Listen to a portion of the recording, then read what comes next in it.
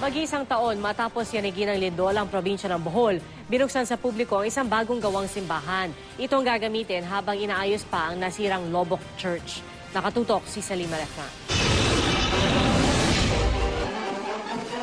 Malapyas ng pagpapasinaya sa alternate church ng bayan ng Lubok dito sa Bohol. Mula kasi sa mga tent, sa bagong struktura na sa tabi ng nasirang Lubok Church, nagdaos ng misa.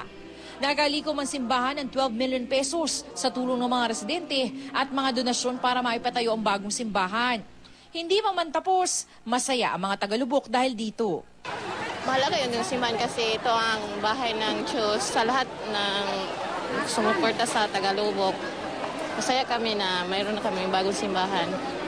Ang internationally acclaimed na Lubok Children's Choir kumanta sa misa. Malaking donasyon ang nagmula sa mga fundraising concert ng grupo. Sa homily, pinuri ni Tagbilaran Bishop Leonardo Medroso ang tibay at tatag ng mga Boholano sa kabila ng trahedya. Agaw pansin naman sa mga dumalo sa misa, si Lola Maria Dompor, 77 taong gulang.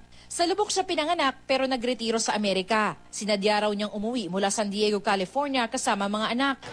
Very important sa amin kasi ito talaga ang simbahan namin since childhood.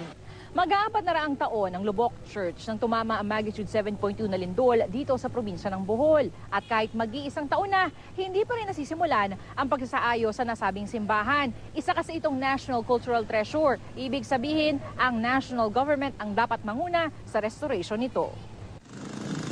Malinis na ang loob ng simbahan. Pinalilibutan nito ngayon ng mga scaffolding at mga yero. And we are even appealing for more help, especially sa restoration of our heritage sites, including our churches. Some of them are 300 years old, 400.